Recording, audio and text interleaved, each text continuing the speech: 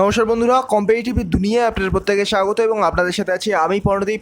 আর আমরা যেমনটা current affairs analysis করি তেমনই 18ই সেপ্টেম্বর 2020 কারেন্ট অ্যাফেয়ার্স নিয়ে আজকে চলে এসেছি। তো চলুন ভিডিওটা শুরু করা যাক।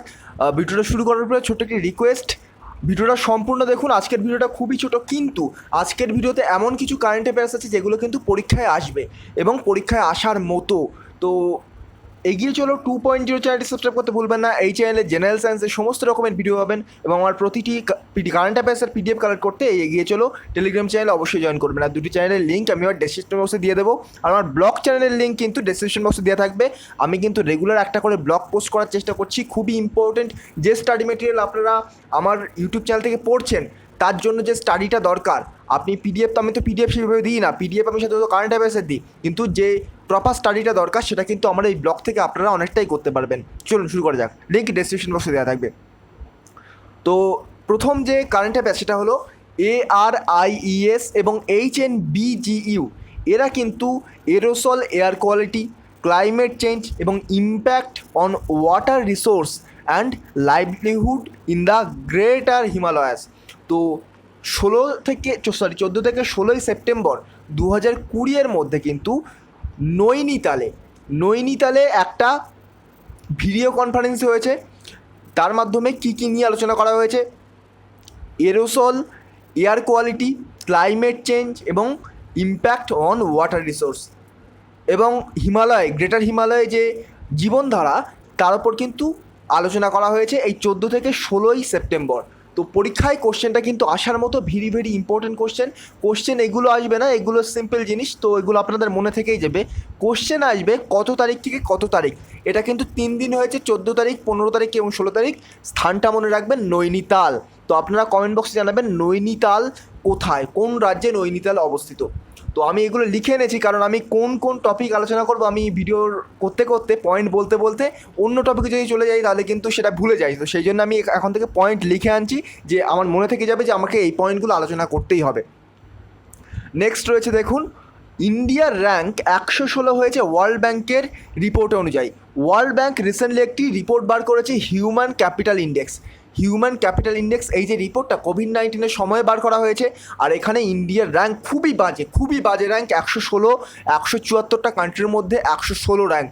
এবং এখানে টপ করেছে সিঙ্গাপুর টপ করেছে এই ইন্ডেক্সে। ভেরি ইম্পর্টেন্ট, পরীক্ষায় আসবে, আমি গ্যারান্টি দিচ্ছি পরীক্ষায় কিন্তু দেখতে পাবেন আপনারা। The human capital index 2020 update version, human capital in the time of COVID-19, অর্থাৎ এই যে ওয়ার্ল্ড ব্যাংকের হিউম্যান ক্যাপিটাল ইন্ডেক্স, এখানে ইন্ডিয়ার র্যাঙ্ক 116। 174টা কান্ট্রির মধ্যে কিন্তু এটা পরিমাপ করা হয়েছে, সেখানে সিঙ্গাপুর টপ করেছে। আপনারা বুঝতেই পারছেন ভারতের অবস্থা কতটা খারাপ। 174টা কান্ট্রির মধ্যে 116তম কান্ট্রি হচ্ছে ইন্ডিয়া।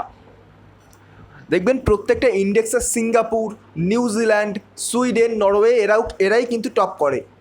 তো আমাদের তাদেরকে ফলো করা উচিত, ভালো জিনিসগুলো অবশ্যই নেওয়া উচিত। আমাদের কনস্টিটিউশন যেমন বিভিন্ন দেশ থেকে বড় করা হয়েছে, বিভিন্ন দেশের থেকে ভালো জিনিসগুলো নেওয়া হয়েছে, ভালো টপিকগুলো নেওয়া হয়েছে, তেমন আমাদের দেশকে ডেভেলপ করতে গেলে বাইরের দেশের থেকে ভালো জিনিসগুলোকে কিন্তু নেওয়া উচিত।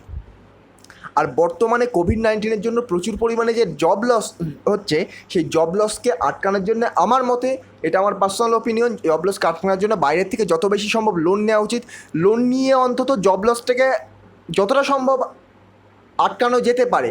এবার দেখুন, জব লস যদি হতেই থাকে তাহলে কিন্তু জিডিপিও পড়তে থাকবে, জিডিপি কোনো দিন ডেভেলপ করবে না আমাদের যদি সবার চাকরি চলে যেতে থাকে।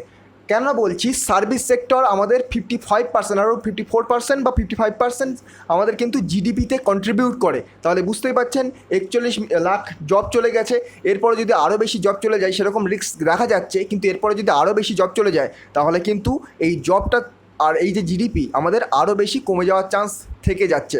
আর একই কথা আমি এটা 1 মাস মতো আগে কারেন্ট অ্যাফেয়ার্সের একটা ভিডিওতে আলোচনা করেছিলাম।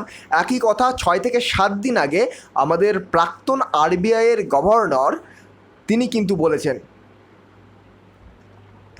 নেক্সট রয়েছে HMEF and CC, Shri Prakash Javadekar will virtually attended.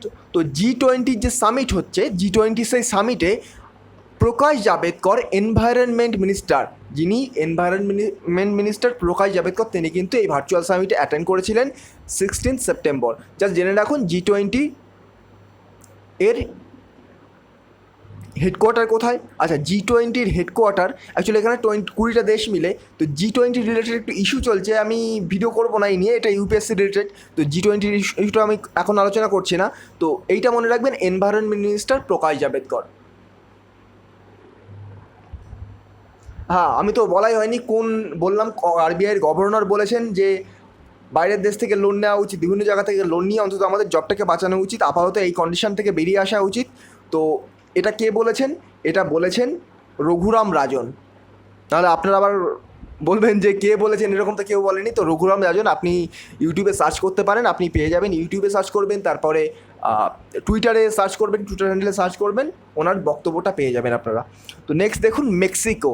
Mexico প্রথম দেশ হিসেবে আত্মপ্রকাশ করেছে যে 890 মিলিয়ন ইউএস ডলারের সাস্টেনেবল ডেভেলপমেন্ট গোলসের বন্ড সেট করেছে। কে?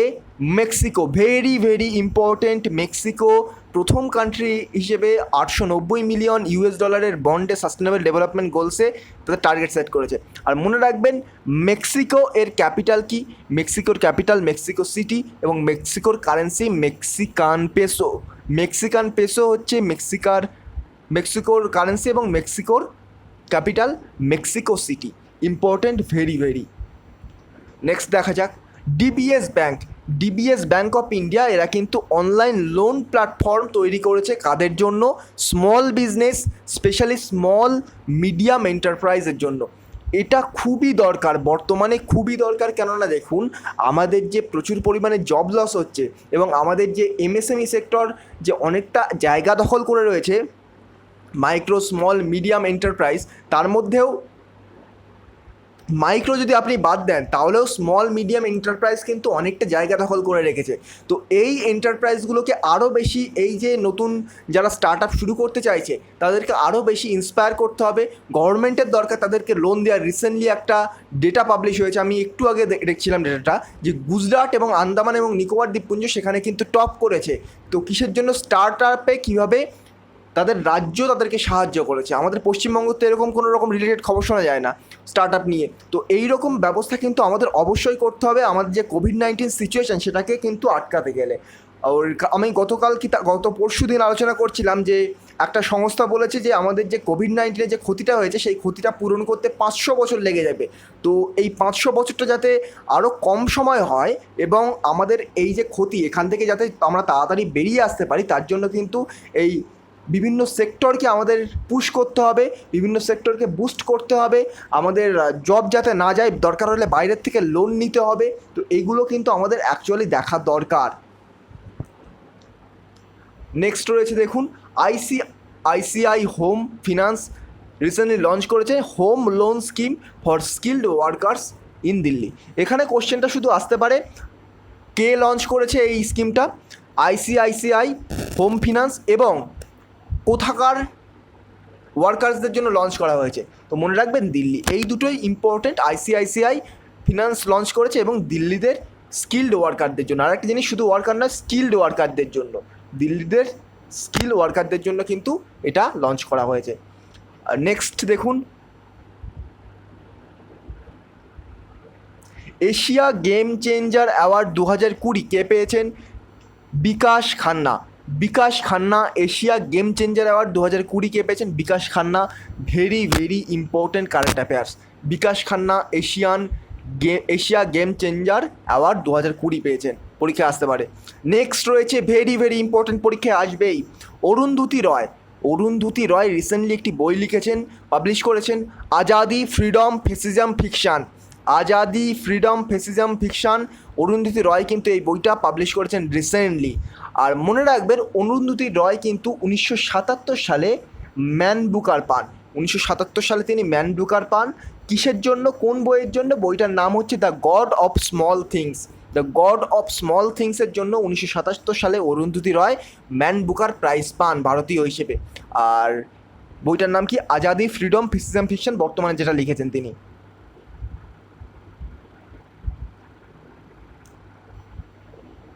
নেক্সট রয়েছে মহারাষ্ট্র ক্লিয়ার করে দিয়েছে এই ব্যাপারটা নিয়ে যে insurance scheme for accident victim. তো মহারাষ্ট্রে যাদের অ্যাক্সিডেন্ট হবে তাদের লাইফ ইন্স্যুরেন্স স্কিম কিন্তু মহারাষ্ট্র গভর্নমেন্ট করে দেবে, এই স্কিমটা তারা লঞ্চ করেছে। এটা দিল্লি গভর্নমেন্টের প্রথম স্কিম ছিল, তারপরে কিন্তু ধীরে ধীরে মানে এক্সপ্যান্ড করছে। নেক্সট দেখুন, কর্ণাটকের চিফ মিনিস্টার ইয়েদিউরাপ্পা, বিএস ওয়াদুরাপ্পা, তিনি কিন্তু আর্থিকা স্পন্দনা এই লোন কিন্তু চালু করছেন। আরেকবার বলছি, কর্ণাটকের chief minister BS Yediyurappa Arthika Spandana এই যে লোন স্কিম চালু করছেন। তো কর্ণাটক সম্পর্কে একটু বলে দিই, কর্ণাটকে ইম্পর্টেন্ট যে স্থাপত্য রয়েছে, হাম্পি রয়েছে, ভেরি ভেরি ইম্পর্টেন্ট পরীক্ষা আসার মতো, আর রয়েছে বিজয়নগর কিংডম। এটা দুটো কিন্তু কর্ণাটকে অবস্থিত। এগুলো কিন্তু এসএসসির ফেভারিট কোশ্চেন, প্রিভিয়াস ইয়ার্সে এসছে এই কোশ্চেনগুলো, সেই জন্য আমি সিজিএলে দেখেছিলাম বলে আপনাদের কাছে এনে দিলাম। তো খুবই ইম্পর্টেন্ট। তো এই ছিল আজকে টোটাল কারেন্ট অ্যাফেয়ার্স। তো আমি আরেকবার রিপিট করে যাচ্ছি, এই কোশ্চেনটা ইম্পর্টেন্ট। নেক্সট রয়েছে এটা ভেরি ভেরি ইম্পর্টেন্ট, এটাও ইম্পর্টেন্ট, স্টার দিয়ে রেখেছি। এটা অতটাও ইম্পর্টেন্ট নয়, এটা কনসেপ্টের জন্য। এটা ইম্পর্টেন্ট খুবই, এটা খুবই ইম্পর্টেন্ট, আর এটাও ইম্পর্টেন্ট। আমি যেটা বললাম তারিখটা ইম্পর্টেন্ট, 14 থেকে 16 তারিখ পর্যন্ত। তো এই ছিল আজকে আমাদের ছোট্ট কারেন্ট অ্যাফেয়ার্সের ভিডিওটি যদি ভালো লেগে থাকে এবং এই ধরনের ভিডিও আরও পেতে চাইলে আমার চ্যানেলটিকে সাবস্ক্রাইব করে পাশে থাকা বেল আইকন প্রেস করতে ভুলবেন না। আর এই তিনটেকে কিন্তু অবশ্যই ফলো করুন, এটা রিকোয়েস্ট রইল, আপনাদেরই লাভ হবে এতে। তো এই ছিল ছোট্ট ভিডিও, আজকের মতো গুড বাই, পরবর্তী ভিডিওতে আবার দেখা হবে। Thank you.